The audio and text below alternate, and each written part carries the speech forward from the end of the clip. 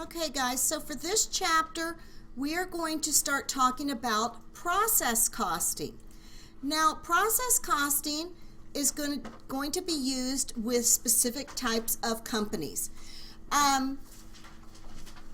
With process costing, there are companies that will utilize it. Some service companies utilize it where they perform a same type of service over and over again for individuals. And it's basically where there's a continual flow of costs and there's not a lot of unique differences as it relates to the services being performed. And you kind of average out the cost per situation. We're going to talk about that. Used to apply costs to similar products that are mass produced.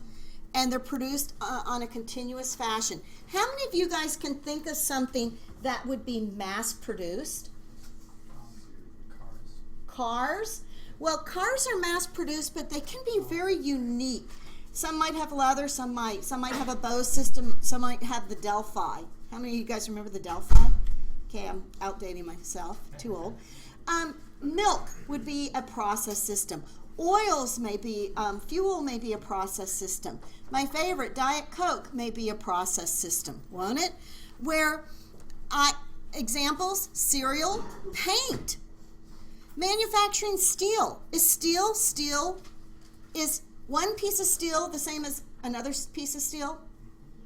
For the most part. Soft drinks. Can anyone think of other types? It's big processes, systems that get put together. So the process generally includes some form of where they add different components together, they blend them, they fill them, they package them, and they ship them off, okay? It's not like a house where the house is being built and the process takes, it can be a year per home or 6 months per home, and the expenses just get lumped for this particular job.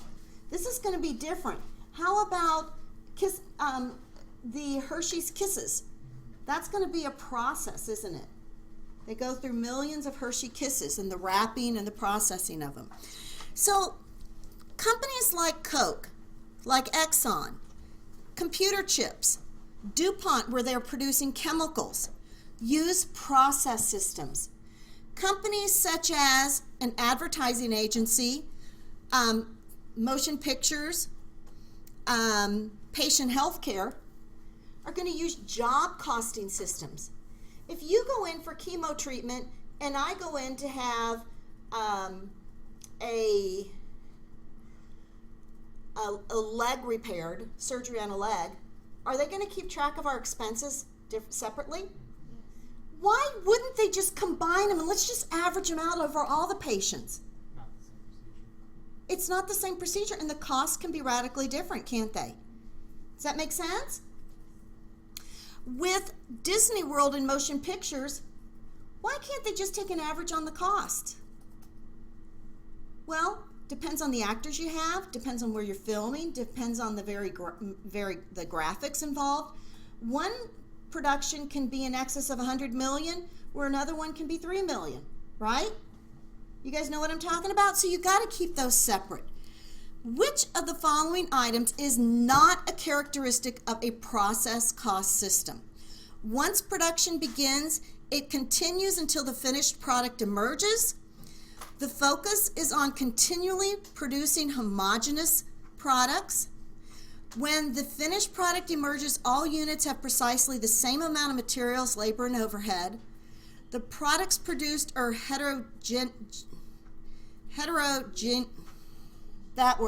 in nature, which is not characteristic of a process.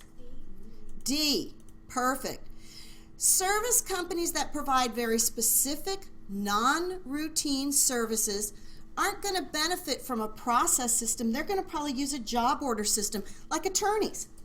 So if an attorney has the Amy Sensor case, they're going to probably allocate those costs as it related to Amy Sensor, different from you just getting a random DWI at an alcohol level of 0.10 and not killing anybody, right? Make sense? They're probably going to have 4 hours into you, where Amy, how many hours do you think those attorneys had into her? hundreds. You guys get what I'm talking about?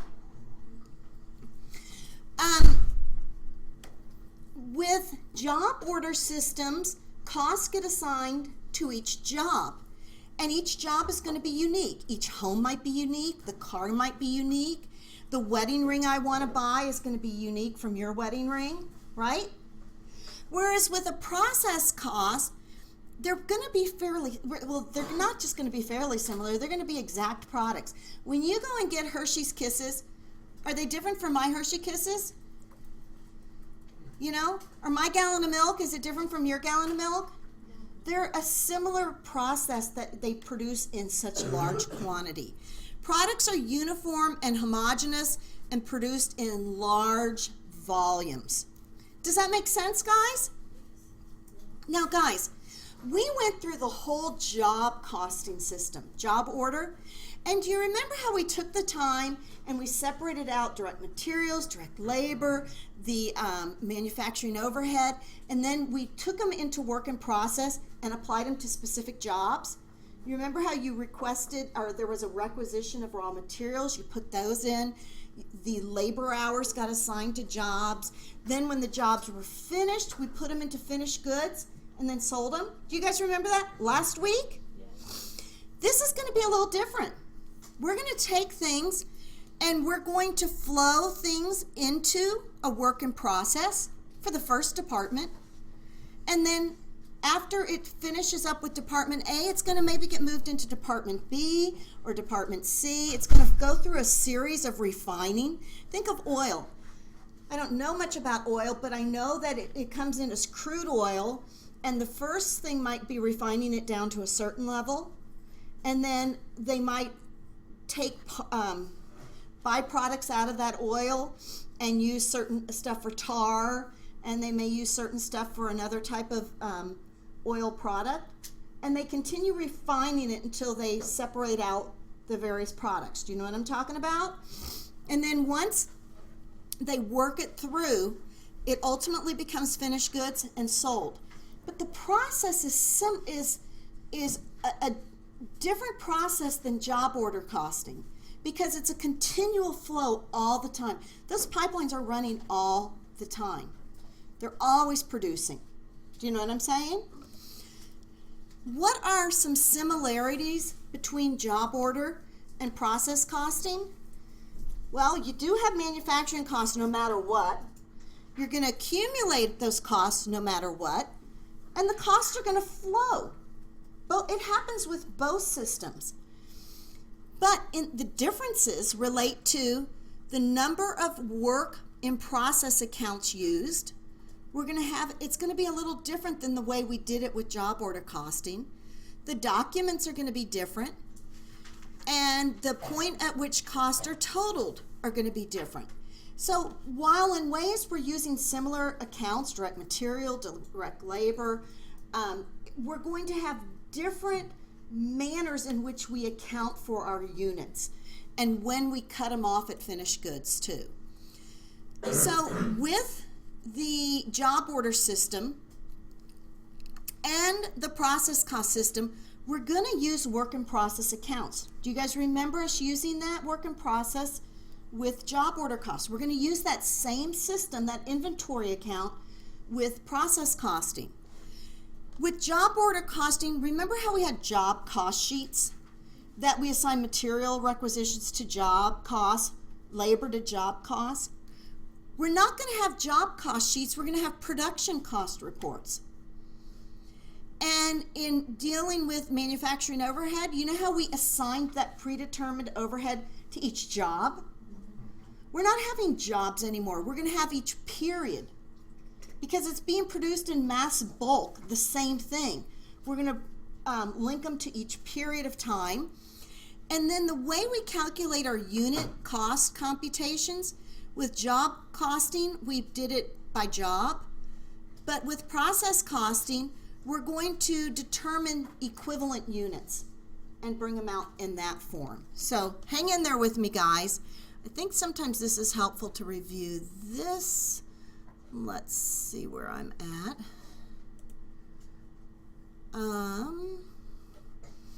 Sorry, give me 2 minutes here.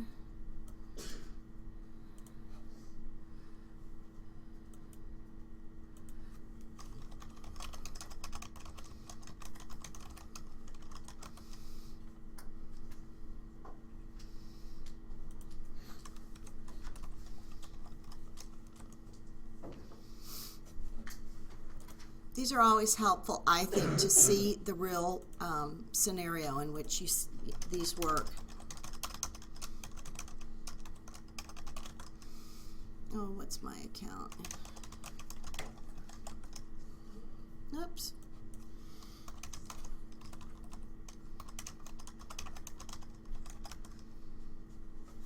Oh, I know.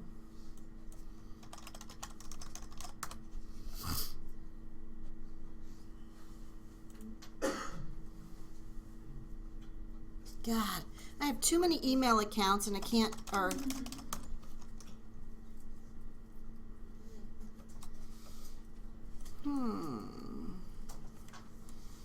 When did you make it to makecpa.com?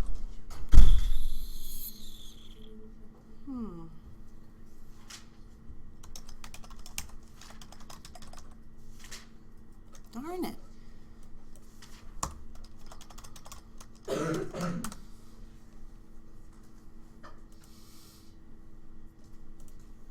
Well, I'm not going to worry about that right now. We'll do it another day. Okay, so as it relates to the process, we're still going to use the work in process account, but we're going to be using some different names as far as it relates to the documents and how we ultimately determine what's on hand. We're going to be doing it instead of jobs, equivalent units. Indicate which of the following statements is not correct. I hate these not kind of questions. I tried to eliminate those for you. Both a job order and a process cost system track the same three manufacturing cost elements: direct materials, direct labor, and manufacturing overhead. Is that right or not? In a job order cost system, only one work in process account is used, whereas in a process cost system, multiple work in process accounts are used. Sounds right. Manufacturing costs are accumulated the same way in a job order and in a process costing system. And manufacturing costs are assigned the same way in a job order and in a processing cost system. It's not going to be that way in process costing. They're going to be assigned in a different way. So, indicate whether the following statements are true or are false. Who's got the paper here? Okay. So, who's going to be the lucky guy? Elliot. Where are you, Elliot? Elliot, what about answering number 1? A law firm is likely to use process costing for major lawsuits. Why would you guess false? Did I help you with the Amy sensor? Yes. False. Who wants to take number 2? How about Bob? True. A manufacturer of paintballs is likely to use the same process costing. So is a paintball a paintball? For the most part, I've never played it. It'd be fun to play, but yes, true. How about Steve? Steve Piet? Do I have it right? Yeah. False. False. Both job order and process costing determine product cost at the end of a period of time, rather than when the product is completed. False. You are right. And last but not least, Anthony. Can you tell it's Pick on Men Day? Anthony, process costing does not keep track of manufacturing overhead. Anthony. False. False? Guys, hey guys, the men scored 100%. Okay, nature of process cost systems. Tyler, good old Tyler Company manufactures rollerblades and skateboard wheels. It manufactures them and it sells them to manufacturers and retail outlets. Manufacturing